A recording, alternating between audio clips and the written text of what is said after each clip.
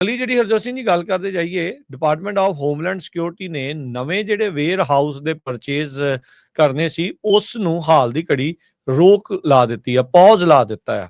ਉਹ ਕਹਿੰਦੇ ਵੀ ਹੁਣ ਰਿਵਿਊ ਕੀਤਾ ਜਾਊਗਾ ਜਿਹੜੇ ਨਿਯਮ ਐਰਾ ਕੰਟਰੈਕਟਸ ਨੂੰ, ਕਿਉਂਕਿ ਆਪਾਂ ਨੂੰ ਪਤਾ ਵੀ ਇੱਕ ਜਿਹੜੀ ਚੀਜ਼ ਆ ਉਹ ਸਾਹਮਣੇ ਆਈ ਸੀ, ਵੀ ਜਿਹੜੀ ਆਪਾਂ ਪਹਿਲਾਂ ਵੀ ਗੱਲ ਕੀਤੀ ਆ ਵੀ $2.5 ਲੱਖ ਤੋਂ ਵੱਧ ਤੇ ਆਪਣੀ ਜਿਹੜੀ ਇਹਨੇ ਟ੍ਰਿਸ਼ਾ ਮੈਕਲੌਫਲਿਨ ਦੇ ਘਰ ਵਾਲੇ ਨੂੰ ਹੀ ਉਹਦੀ ਸੋ ਕਾਲਡ ਮਾਰਕੀਟਿੰਗ ਕੰਪਨੀ ਨੂੰ ਦੇ ਦਿੱਤੇ ਸੀਗੇ।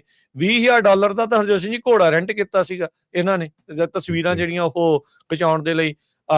ਕਿਤੇ ਇਹਨੇ ਖੱਬਿਓਂ ਸੱਜੇ ਜਾਣਾ ਹੁੰਦਾ ਸੀ ਤਾਂ ਪ੍ਰਾਈਵੇਟ ਜੈਟ ਦੇ ਉੱਤੇ ਬਹਿ ਕੇ ਜਿਹੜੀ ਉਹ ਜਾਂਦੀ ਹੁੰਦੀ ਸੀਗੀ। ਸੋ ਟੈਕਸ ਪੇਅਰ ਦੀਆਂ ਮਨੀ ਦੀਆਂ ਤੇ ਇਹਨਾਂ ਨੇ ਧੱਜੀਆਂ ਜਿਹੜੀਆਂ ਉਹ ਉਡਾਈਆਂ ਆ। $38.3 ਬਿਲੀਅਨ ਦੇ ਜਿਹੜੇ ਐਕਸਪੈਂਸ਼ਨ ਪਲਾਨ ਸੀਗਾ ਵੀ ਵੇਅਰ ਹਾਊਸ ਅਸੀਂ ਡਿਟੈਂਸ਼ਨ ਸੈਂਟਰ ਦੇ ਵਿੱਚ ਤਬਦੀਲ ਕਰਨੇ ਆ। ਡਿਪਾਰਟਮੈਂਟ ਆਫ ਹੋਮਲੈਂਡ ਸਿਕਿਉਰਿਟੀ ਨੇ ਹੁਣ ਉਹਨਾਂ ਵੇਅਰ ਹਾਊਸ ਪਰਚੇਜ਼ਸ ਦੇ ਉੱਤੇ ਪੌਜ਼ ਜਿਹੜਾ ਉਹ ਲਾ ਦਿੱਤਾ ਆ। ਸੋ ਕਹਿੰਦੇ ਵੀ ਕਮਿਊਨਿਟੀ ਨੇ ਵੀ ਬਹੁਤ ਸਾਰੇ ਜਿੱਥੇ ਵੇਅਰ ਹਾਊਸ ਖਰੀਦਣ ਜਾ ਰਹੇ ਸੀ, ਉੱਥੋਂ ਦੇ ਲੋਕਾਂ ਨੇ ਵੀ ਬਹੁਤ ਜ਼ਿਆਦਾ ਆਪੋਜੀਸ਼ਨ ਜਿਹੜੀਆਂ ਉਹ ਕੀਤੀਆਂ। ਕਹਿੰਦੇ ਵੀ ਉਹਦੇ ਨਾਲ ਸਾਡੇ ਜਿਹੜੇ ਲੋਕਲ ਇਨਫਰਾਸਟ੍ਰਕਚਰ ਦੇ ਉੱਤੇ ਕਾਫੀ ਜ਼ਿਆਦਾ ਭਾਰ ਜਿਹੜਾ ਉਹ ਪੈ ਜਾਣਾ ਆ, ਤੇ ਡਿਟੈਂਸ਼ਨ ਸੈਂਟਰਸ ਦੇ ਨਾਲ ਕਹਿੰਦੇ ਵੀ ਹੋਰ ਜ਼ਿਆਦਾ ਕੰਪਲੀਕੇਸ਼ਨਸ ਜਿਹੜੀਆਂ ਉਹ ਵੱਧ ਸਕਦੀਆਂ। ਨਵੇਂ ਜਿਹੜੇ DHS ਦੇ ਸਕੱਤਰ ਮੁਲਨ ਆ, ਉਹਨਾਂ ਨੇ ਸਿਗਨਲ ਜਿਹੜਾ ਉਹ ਕੀਤਾ ਵੀ ਉਹ ਕਹਿੰਦੇ ਵੀ ਨਵੀਂ ਅਪਰੋਚ ਅਸੀਂ ਲਵਾਂਗੇ।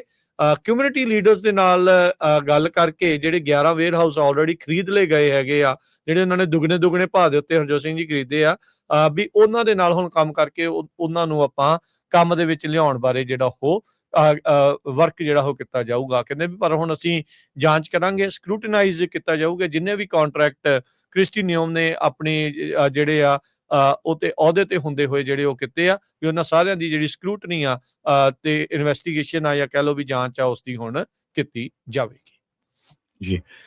ਅਗਲੀ ਜਿਹੜੀ ਹਰਜੋਤ ਸਿੰਘ ਜੀ ਗੱਲ ਕਰਦੇ ਜਾਈਏ, ਡਿਪਾਰਟਮੈਂਟ ਆਫ ਹੋਮਲੈਂਡ ਸਿਕਿਉਰਿਟੀ ਨੇ ਨਵੇਂ ਜਿਹੜੇ ਵੇਅਰ ਹਾਊਸ ਦੇ ਪਰਚੇਜ਼ ਕਰਨੇ ਸੀ, ਉਸ ਨੂੰ ਹਾਲ ਦੀ ਘੜੀ ਰੋਕ ਲਾ ਦਿੱਤੀ ਆ, ਪੌਜ਼ ਲਾ ਦਿੱਤਾ ਆ। ਉਹ ਕਹਿੰਦੇ ਵੀ ਹੁਣ ਰਿਵਿਊ ਕੀਤਾ ਜਾਊਗਾ ਜਿਹੜੇ ਨਿਯਮ ਐਰਾ ਕੰਟਰੈਕਟਸ ਨੂੰ, ਕਿਉਂਕਿ ਆਪਾਂ ਨੂੰ ਪਤਾ ਵੀ ਇੱਕ ਜਿਹੜੀ ਚੀਜ਼ ਆ ਉਹ ਸਾਹਮਣੇ ਆਈ ਸੀ, ਵੀ ਜਿਹੜੀ ਆਪਾਂ ਪਹਿਲਾਂ ਵੀ ਗੱਲ ਕੀਤੀ ਆ ਵੀ $2.5 ਲੱਖ ਤੋਂ ਵੱਧ ਤੇ ਆਪਣੀ ਜਿਹੜੀ ਇਹਨੇ ਟ੍ਰਿਸ਼ਾ ਮੈਕਲੌਫਲਿਨ ਦੇ ਘਰ ਵਾਲੇ ਨੂੰ ਹੀ ਉਹਦੀ ਸੋ ਕਾਲਡ ਮਾਰਕੀਟਿੰਗ ਕੰਪਨੀ ਨੂੰ ਦੇ ਦਿੱਤੇ ਸੀਗੇ। $20,000 ਦਾ ਤਾਂ ਹਰਜੋਤ ਸਿੰਘ ਜੀ ਘੋੜਾ ਰੈਂਟ ਕੀਤਾ ਸੀਗਾ ਇਹਨਾਂ ਨੇ, ਤਸਵੀਰਾਂ ਜਿਹੜੀਆਂ ਉਹ ਖਿਚਾਉਣ ਦੇ ਲਈ। ਕਿਤੇ ਇਹਨੇ ਖੱਬਿਓਂ ਸੱਜੇ ਜਾਣਾ ਹੁੰਦਾ ਸੀ ਤਾਂ ਪ੍ਰਾਈਵੇਟ ਜੈਟ ਦੇ ਉੱਤੇ ਬਹਿ ਕੇ ਜਿਹੜੀ ਉਹ ਜਾਂਦੀ ਹੁੰਦੀ ਸੀਗੀ। ਸੋ ਟੈਕਸ ਪੇਅਰ ਦੀਆਂ ਮਨੀ ਦੀਆਂ ਤੇ ਇਹਨਾਂ ਨੇ ਧੱਜੀਆਂ ਜਿਹੜੀਆਂ ਉਹ ਉਡਾਈਆਂ ਆ। $38.3 ਬਿਲੀਅਨ ਦੇ ਜਿਹੜੇ ਐਕਸਪੈਂਸ਼ਨ ਪਲਾਨ ਸੀਗਾ ਵੀ ਵੇਅਰ ਹਾਊਸ ਅਸੀਂ ਡਿਟੈਂਸ਼ਨ ਸੈਂਟਰ ਦੇ ਵਿੱਚ ਤਬਦੀਲ ਕਰਨੇ ਆ। ਡਿਪਾਰਟਮੈਂਟ ਆਫ ਹੋਮਲੈਂਡ ਸਿਕਿਉਰਿਟੀ ਨੇ ਹੁਣ ਉਹਨਾਂ ਵੇਅਰ ਹਾਊਸ ਪਰਚੇਜ਼ਸ ਦੇ ਉੱਤੇ ਪੌਜ਼ ਜਿਹੜਾ ਉਹ ਲਾ ਦਿੱਤਾ ਆ। ਸੋ ਕਹਿੰਦੇ ਵੀ ਕਮਿਊਨਿਟੀ ਨੇ ਵੀ ਬਹੁਤ ਸਾਰੇ ਜਿੱਥੇ ਵੇਅਰ ਹਾਊਸ ਖਰੀਦਣ ਜਾ ਰਹੇ ਸੀ, ਉੱਥੋਂ ਦੇ ਲੋਕਾਂ ਨੇ ਵੀ ਬਹੁਤ ਜ਼ਿਆਦਾ ਆਪੋਜੀਸ਼ਨ ਜਿਹੜੀਆਂ ਉਹ ਕੀਤੀਆਂ। ਕਹਿੰਦੇ ਵੀ ਉਹਦੇ ਨਾਲ ਸਾਡੇ ਜਿਹੜੇ ਲੋਕਲ ਇਨਫਰਾਸਟ੍ਰਕਚਰ ਦੇ ਉੱਤੇ ਕਾਫੀ ਜ਼ਿਆਦਾ ਭਾਰ ਜਿਹੜਾ ਉਹ ਪੈ ਜਾਣਾ ਆ, ਤੇ ਡਿਟੈਂਸ਼ਨ ਸੈਂਟਰਸ ਦੇ ਨਾਲ ਕਹਿੰਦੇ ਵੀ ਹੋਰ ਜ਼ਿਆਦਾ ਕੰਪਲੀਕੇਸ਼ਨਸ ਜਿਹੜੀਆਂ ਉਹ ਵੱਧ ਸਕਦੀਆਂ। ਨਵੇਂ ਜਿਹੜੇ DHS ਦੇ ਸਕੱਤਰ ਮੁਲਨ ਆ, ਉਹਨਾਂ ਨੇ ਸਿਗਨਲ ਜਿਹੜਾ ਉਹ ਕੀਤਾ ਵੀ ਉਹ ਕਹਿੰਦੇ ਵੀ ਨਵੀਂ ਅਪਰੋਚ ਅਸੀਂ ਲਵਾਂਗੇ।